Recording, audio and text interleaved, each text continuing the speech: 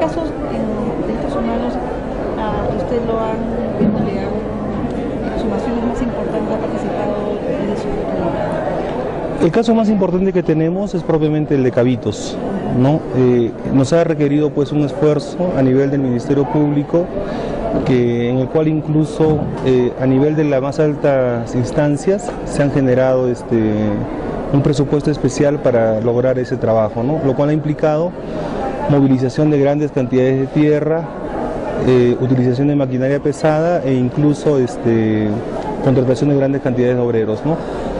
Ha sido un trabajo bastante arduo, se ha demorado más que meses, años incluso, pero el resultado ha sido totalmente positivo, ¿no? Aproximadamente se han logrado rescatar algo de más de 100 cuerpos. 100 cuerpos, ¿y de qué etapas? 100 individuos, mejor dicho. ¿Y sí. de qué etapas estamos hablando? Este tipo de delitos es bastante, por su naturaleza misma, es bastante compleja por la forma en la cual se han perpetrado. Los presuntos autores siempre han buscado que no se logre individualizar a estas personas. Esto implica que muchos de ellos han sido enterrados sin ningún tipo de prendas de vestir que contribuyan al tema de identificación. Eso propiamente no nos permite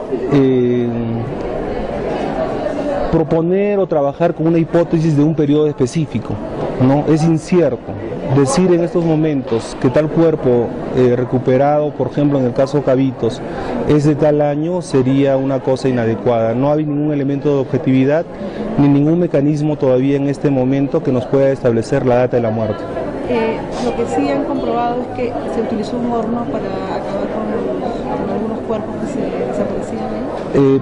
Claro, se han encontrado restos de un horno que posiblemente ha sido utilizado para cremar restos humanos.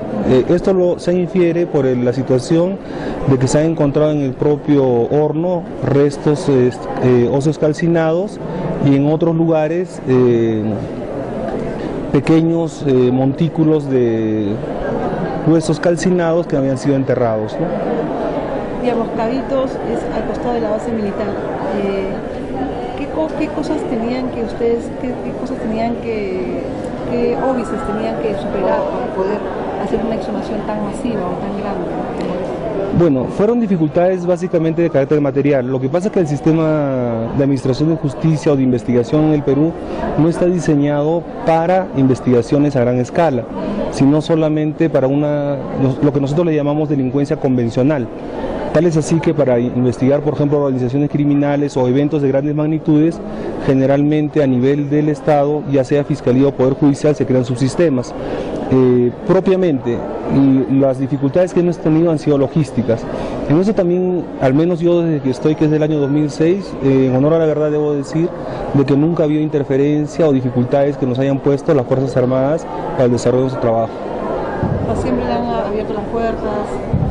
Y digamos, y dentro de la base penal, de la base militar, también se ha podido hacer algún trabajo ahí de exhumación. Efectivamente, en circunstancias, si mal no recuerdo, en el año 2010, cuando estaban haciendo algunas excavaciones para colocación de postes, se nos dio noticia de que se habían encontrado restos.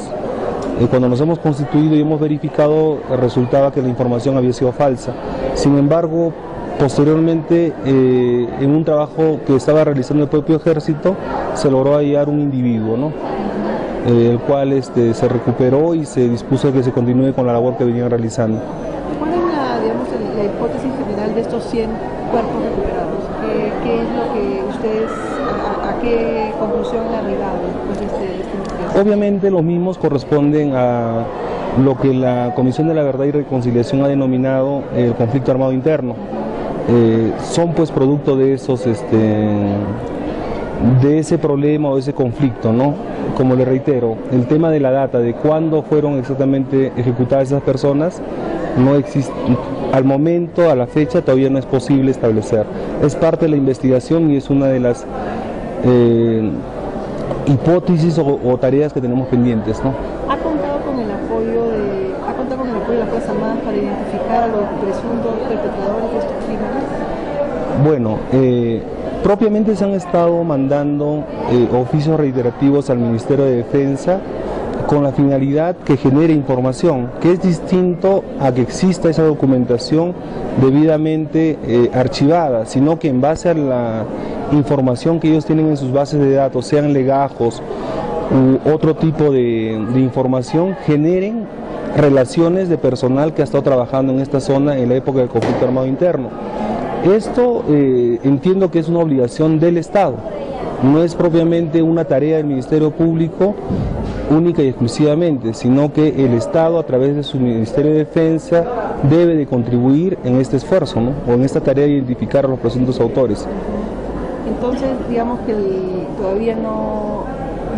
¿Sí ha contado o no ha contado con el apoyo del Ministerio de Defensa? No, todavía no. Creo que la opinión más objetiva de este tema está contenida en los informes defensoriales, que en 4 oportunidades se ha exhortado al Ministerio de Defensa con la finalidad que brinde esta información. No, son documentos públicos en los cuales la Defensoría del Pueblo ha instado y se ha pronunciado sobre este aspecto, lo cual me releva, creo, de mayor comentario. Otro caso complejo que ha visto, además de Cabitos, en este último tiempo, ¿nos podría relatar alguno que usted le haya llamado poderosamente la atención? Por la naturaleza de la Fiscalía, como le decía, como parte de un subsistema, generalmente, y por la data de la primera Fiscalía, debo indicar que la gran cantidad de investigaciones se refieren esencialmente a fosas. Recuerdo, por ejemplo, el caso Pichari, que hablaban de más de 25 personas, el caso Umasi, donde se han logrado recuperar más de 30 personas, el caso Pucayacu, en la ciudad de Huanta, donde también ha habido gran cantidad de personas recuperadas, el caso Chilcahuayjo, por ejemplo, ¿no? ¿Cómo fue el caso Umasi? Cuéntenos la historia de Umasi, cómo sucedió esta cosa, cómo se dio la historia de... Claro.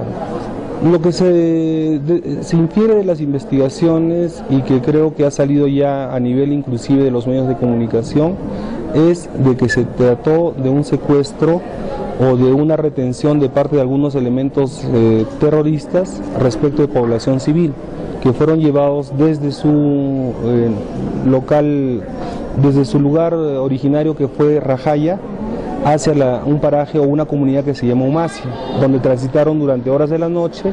Luego las fuerzas de seguridad o fuerzas armadas les dieron alcance y pues pareciera que hubo un uso desmedido de la fuerza, y no solamente se centró el operativo militar en detectar a los elementos subversivos y neutralizarlos, sino incluso a las personas que habían sido victimadas, que habían sido secuestradas, terminaron siendo victimadas, ¿no? ¿Cuántos niños murieron se encontraron en esa fosa? No tengo el número exacto, pero sí hay referencia de que habían habido niños, ¿no? Niños adolescentes. Sí. En el caso Umasi. Exactamente. ¿Y el caso Pucayacu, en qué consistió ese caso?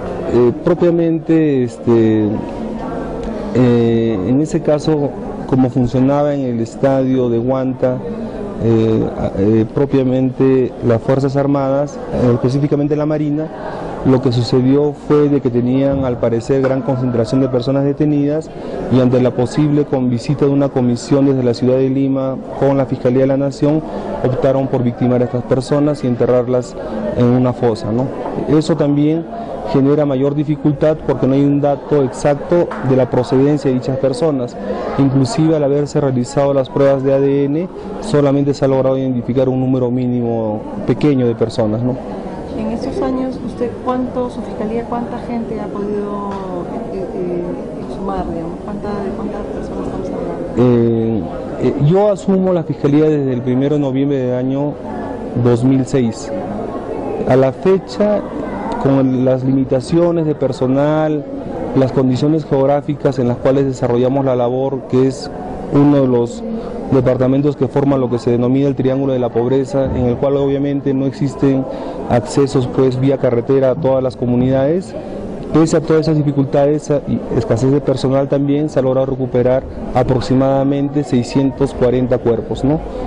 Esto, si lo tomamos como referencia a otra fiscalía de la misma, que realiza la misma labor en esta ciudad de Ayacucho, en este departamento de Ayacucho, es una diferencia de más del 50% de esfuerzo que se ha realizado en esta fiscalía a mi cargo. La carga de trabajo, digamos, hace que su labor digamos, su fiscalía haya sobrepasado la carga laboral. Obviamente, el tema de la sobrecarga es también un tema que ha sido recogido por la propia Defensoría del Pueblo, donde se ha recomendado a la propia institución, a sus máximas instancias, que se fortalezca a nivel de personal. Un tema adicional que yo le podría manifestar es el tema de la seguridad. Quien habla también a la fecha viene conociendo casos de terrorismo que se perpetran en el BRAE, ¿no? Tal es así que se han logrado, por ejemplo, judicializar casos actuales de terrorismo, ¿no? ¿Con José, vinculados a José? Obviamente al Comité Central, a los mandos de Sendero Luminoso, se han hecho trabajos con la finalidad de identificarlos y judicializar contra ellos, tanto a modo de organización como en acciones específicas, ¿no? Digamos, ¿qué lecciones puede aprender el país de este trabajo que está haciendo en estos últimos años? ¿Qué lecciones la Fuerza Armada, qué no se puede hacer en un conflicto de ese tipo? No me entiendo. ¿Qué lecciones se tienen que aprender de lo que se hizo en esos años de conflicto armado interno desde el Estado? Bueno, creo que las lecciones, al menos de parte del propio Estado, sí se han venido aprendiendo o se han venido asimilando. ¿A qué me refiero? Por ejemplo, en las actuaciones contraterroristas que se desarrollan a la fecha en el BRAE, muchas veces ante enfrentamientos sí se tiene en consideración a la autoridad civil representada por los fiscales a los cuales se nos comunica para que asumamos la dirección de las investigaciones. Entonces es una diferencia sustancial a lo que sucedió en el conflicto armado interno, ¿no? Donde pues se han producido una masiva violación de los derechos humanos. Eso es un aspecto, por ejemplo, que a la fecha no se puede decir que existe, ¿no? Y creo que es una lección aprendida y muy importante para las fuerzas del Estado, ¿no? Muchísimas gracias. Gracias.